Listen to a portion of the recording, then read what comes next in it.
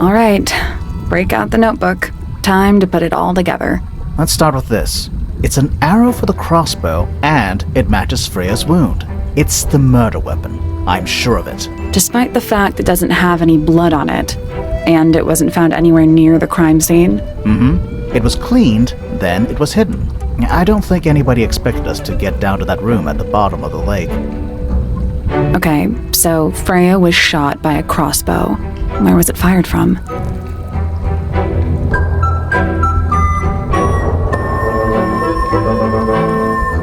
It was fired from above Freya. Above, huh? Yeah, our diagram doesn't show everything. Let's add in the rest of the crime scene. The attic. Perfect hiding place. We even found a part of the murder weapon up there. The reel was used to pull the arrow back up through the crack in the floorboards. Explains why we never found a weapon at the crime scene, I guess. The murderer must have dropped the reel in the attic. I'm guessing they were in a hurry to escape.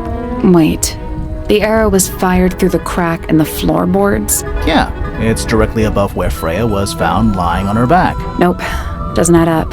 It would have missed her if she was still standing up by the painting. Ah, right. Unless...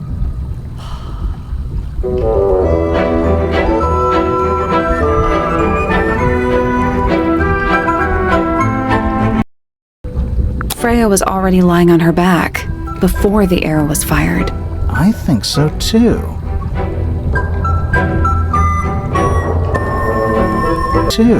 She'd fallen unconscious. Something in the room caused Freya to fall unconscious. The gramophone. Right. But the gramophone by itself can't do that.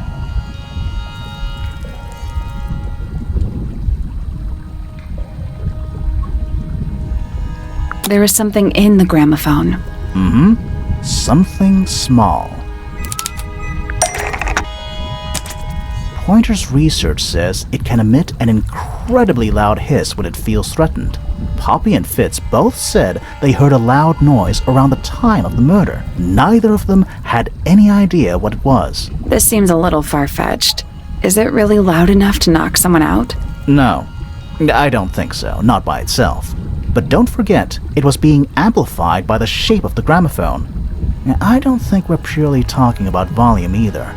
It might just be a particular type of frequency. This is getting kinda scientific. Since when do you know anything about the effects of weaponized audio frequency? I don't, but I think someone else does. Do you remember that statue we found in the music room? The hornet's playing. It's a pretty similar shape to the one on the gramophone. That broken glass isn't there on accident. This is someone's science experiment. Thinking about it, Pointer said he saw Flora was knocked out too. I guess they were both in range of the noise, although Pointer might have been lying. Personally, I think he was telling the truth about that. It's pretty clear a powerful frequency did pass through Flora's tower. Caused quite a bit of damage too. Those cracks didn't appear out of nowhere. Freya's paints, the pink cassette tape, and the gramophone itself, they all sustained similar damage while they were in that room. That's some seriously powerful vibration, enough to crack metal, enough to knock someone out all the way across a room. Yeah, that's the one thing I don't get. If the frequency was so powerful and had such a big range, how did the murderer pull it off? Wouldn't they have been in range too? Think about it. They can't have been much further away from the gramophone than Flora was.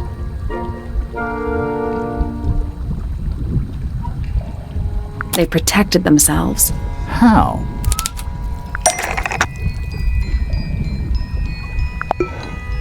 These are some pretty heavy-duty earmuffs. I think they'd be enough to block out the sound. Right. Let's go over everything from the start. 1.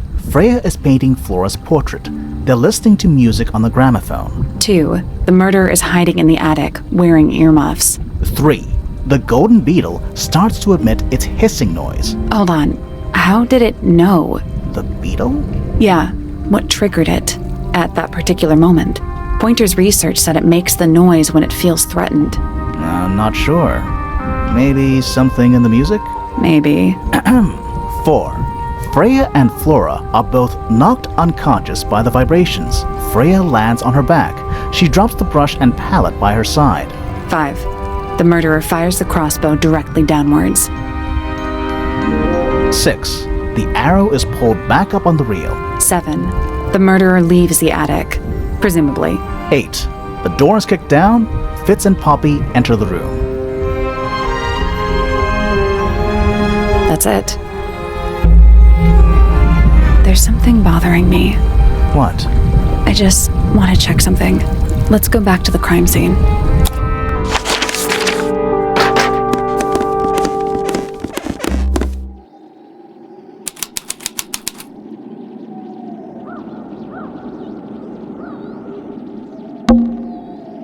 The answer is in the painting, I'm sure. The plant. It's in the book. What? Look.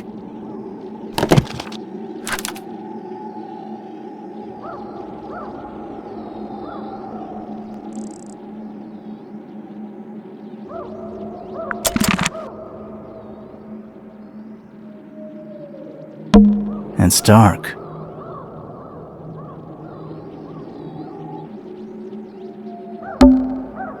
Freya, did you leave us a clue?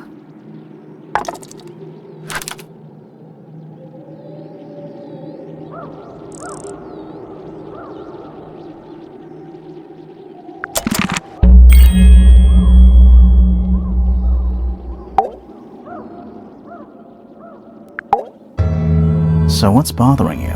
Something that's not here. The thing we didn't find. We know she was holding it during the painting. Flora's ink-dip feather? It was here, in this room. Where'd it go?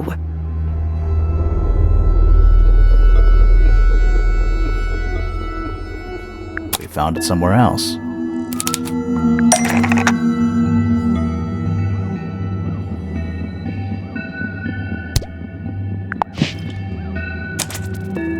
We were a little too late to save it.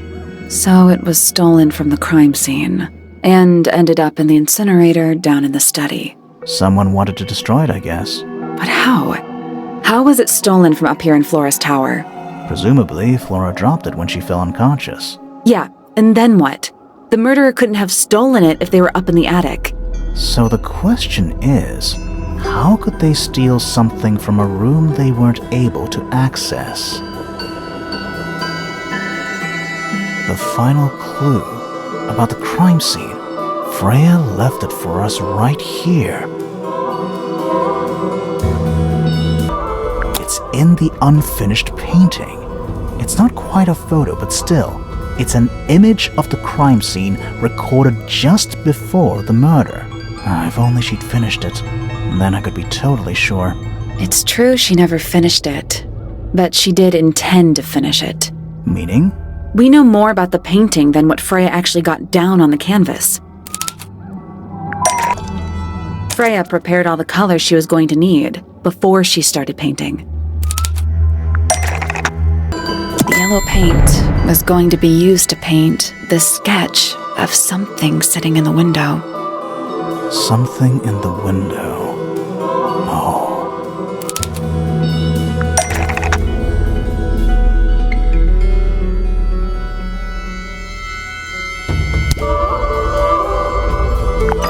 That's not it.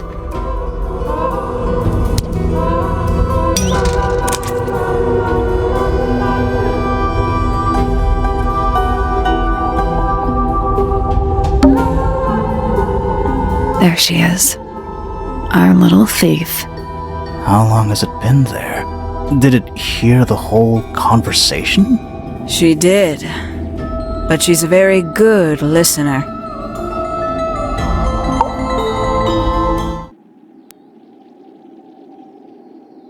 Well now, I think this has quite served its purpose, don't you?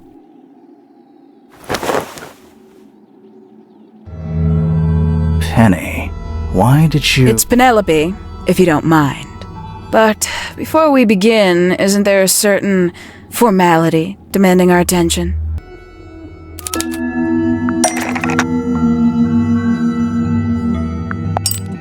Lovely. Now, Tell me, what was it that drove you this far? I'm ever so curious. Justice for Freya. Is that right? Interesting. Why did you do it, Penny? What did Freya do to you? Absolutely nothing. So, what? You just hated her indiscriminately? Freya Fellow was an inspiration to us all. She was possessed of a great energy, the volition to create something from nothing, the willpower to walk beyond her boundaries. She was truly free. Everything I couldn't be. You know what? I just realized I actually have no idea who Penelope Pointer really is. Weird, isn't it? Considering we've met her, 3 times now? Exactly. How do we know this one isn't a disguise too? You think you've already hollowed us out, don't you? Only a few short hours at Tangle Tower, and you feel like you've got everyone sussed. Unearthed every single one of our secrets, nothing but bullet points for your notebook. Go on, indulge me. What does it say in your notes about Penelope Pointer?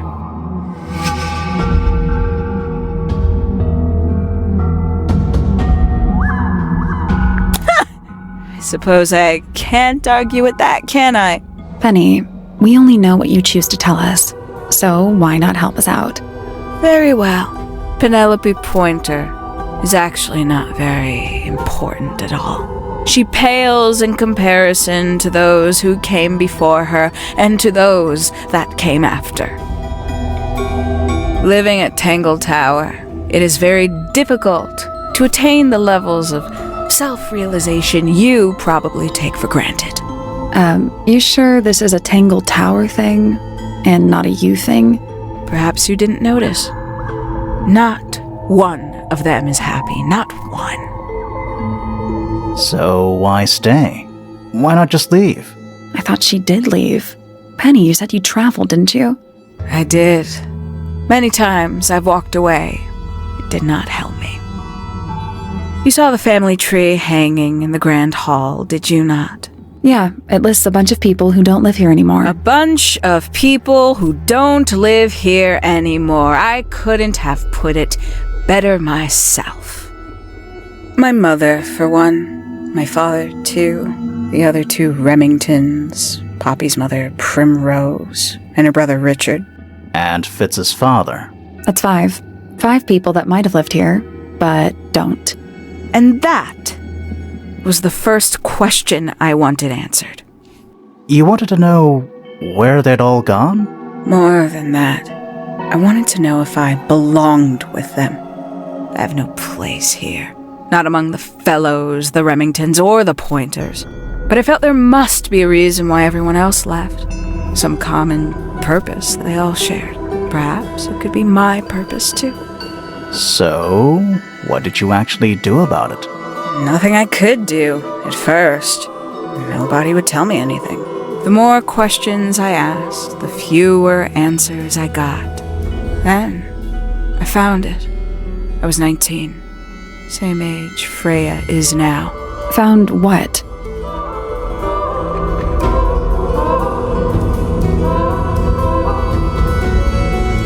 The study. The one hidden in the middle of the house. It's right next to a bedroom. I'd hear voices at night. Deep ones. And the strangest thing, the wall behind my bed would get incredibly hot. For hours on end, the paint would peel, wallpaper wouldn't stay up. I thought I was cursed. I thought it was something trying to break through. Eventually, I couldn't take it anymore.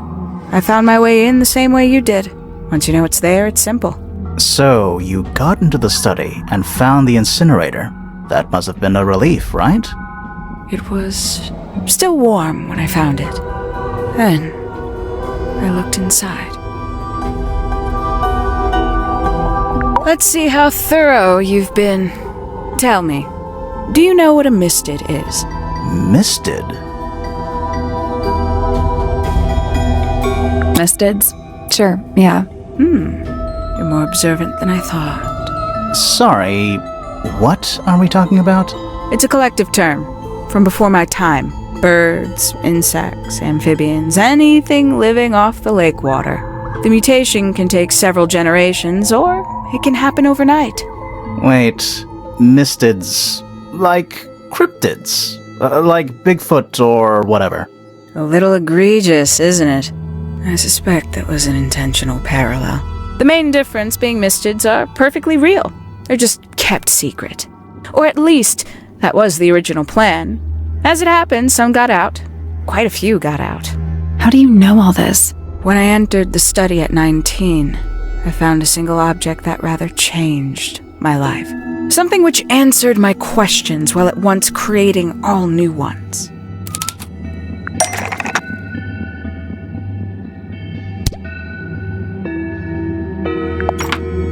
The 5 missing family members standing together as a single unit, calling themselves the ambassadors of Misted Mansion. So, the house was renamed from Misted Mansion to Tangle Tower? And rightly so. The age of Misted Mansion is long past. When I looked inside the incinerator on my first visit to the study, I found nothing but ash. The afterimage of a bygone era denied to me in its entirety. The study, the room at the bottom of the lake itself, all empty shells. I felt my only hope lay with the ambassadors.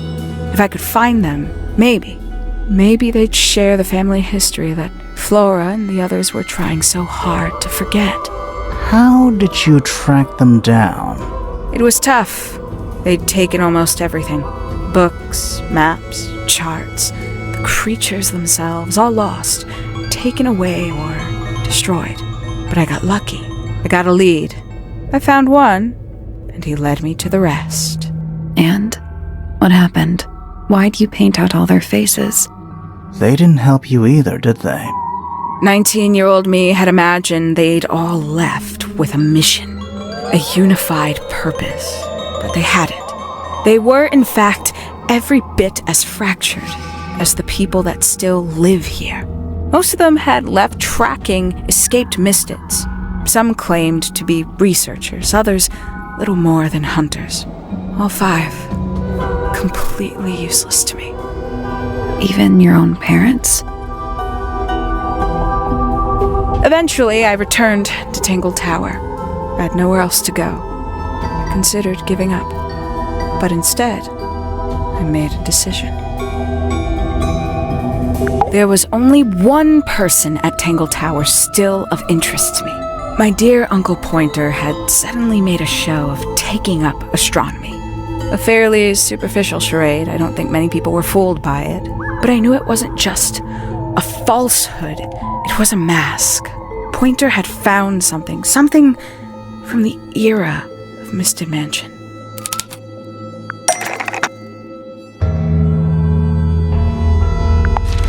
So where did he get the beetle?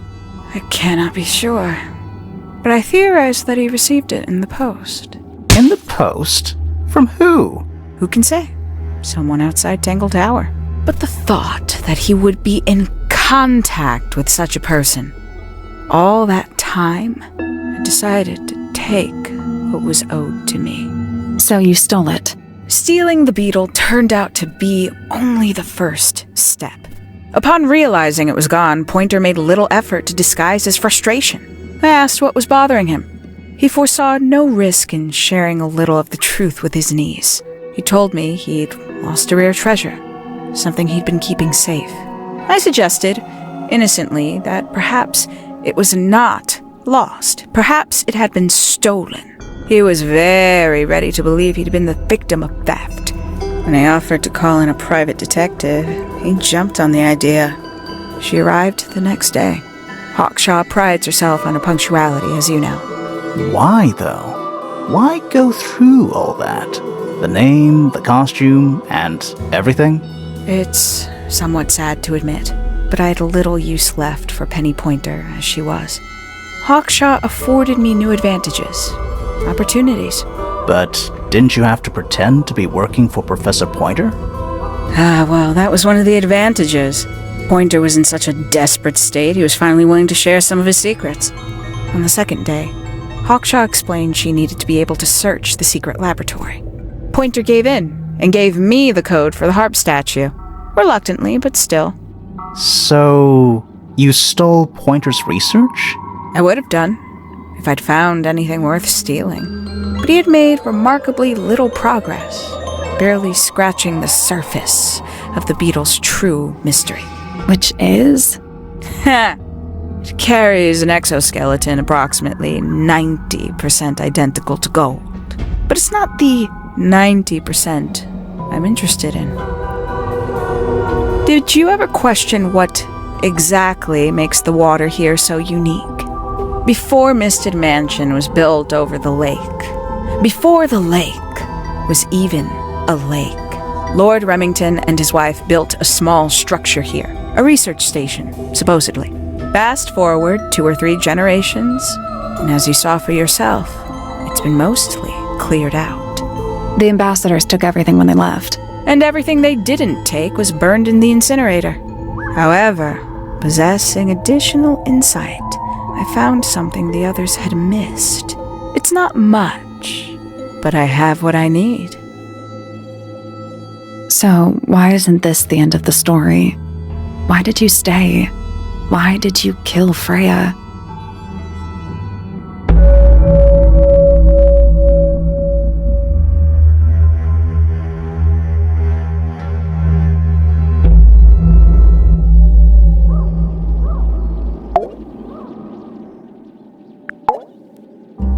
Simply put, Freya was too good for me.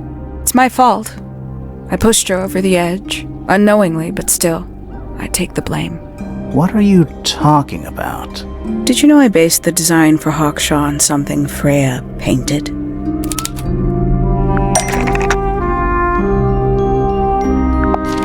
That almost makes sense, but it's not right. That's right. I had assumed it was purely abstract. I just thought it had a good energy. I later discovered it was a figure of some kind, something from Freya's recurring nightmare. For all her vitality, I think Freya was probably the most troubled of all of us. She was desperate to leave Tangle Tower, but she couldn't just walk away. For quite some time, she'd been trying to break into Pointer's laboratory.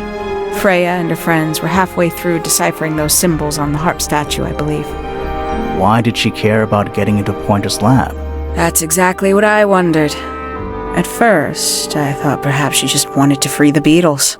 She has a fondness for them. What Pointer was doing upset her significantly. But in fact, I think it was something else.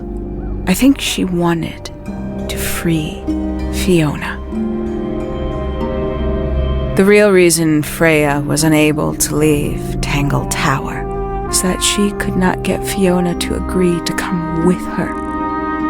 We're now firmly in the realm of speculation, but I think Freya felt that exposing the darker secrets of Tangle Tower, not just to the rest of the family, but to the world, would compromise all 3 families, and perhaps, somehow, free Fiona from the shackles of her inheritance. That was her plan anyway, but something happened before Freya could find her way into Pointer's laboratory. She found her way into your study, found your notes, found that photograph. I'm willing to bet she put it all together quicker than we did. So she worked out what had happened to the 5 ambassadors. Specifically, what you'd done to them when they refused to help you. Freya had made a promise to paint Flora as a birthday gift, a parting gift no less. She'd be in a locked room, several hours away from her friends. It was my best chance. But why hide in the attic? And why bother with the beetle at all? The beetle in the gramophone wasn't for Freya. It was for Flora. She didn't deserve to be involved. She suffered enough.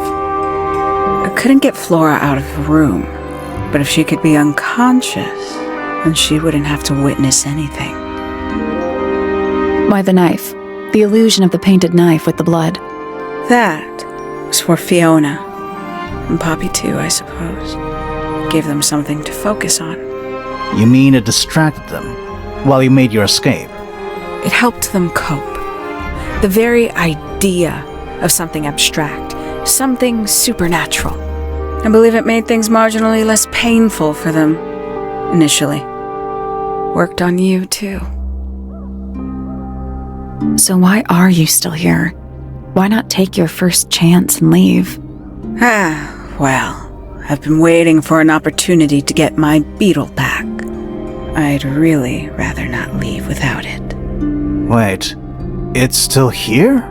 It's still inside the gramophone.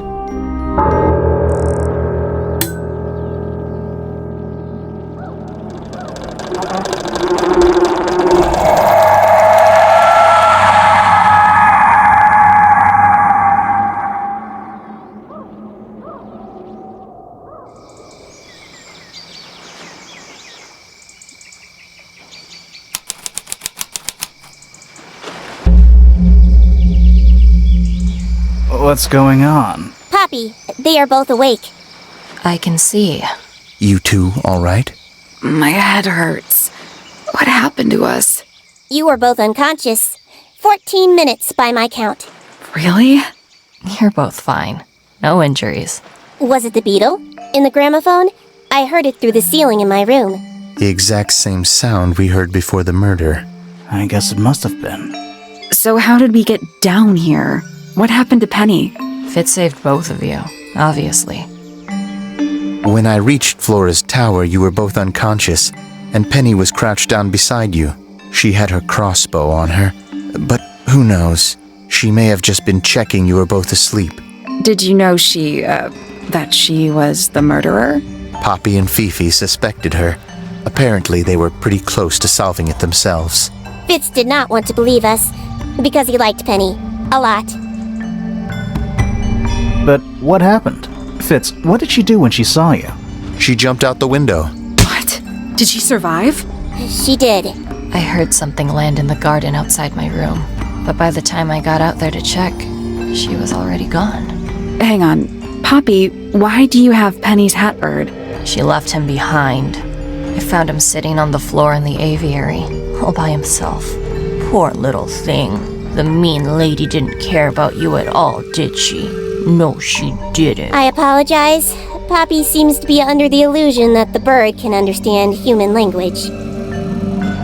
So, Penny got away. I'm afraid she did. We had suspected she might try to escape. I was stationed here by the lake's edge. I proved to be an ineffective guard. She took the boat. Did she take the beetle with her? Nope, How do you know? because it's right here. It was still in the gramophone. I guess I scared her off before she had a chance to take it. Poppy, what are you going to do with it? Are you going to give it back to your father? No, I'm not. It doesn't belong to anyone. So, I'm going to put it on the ground and never bother it again. I think that's what she would have wanted.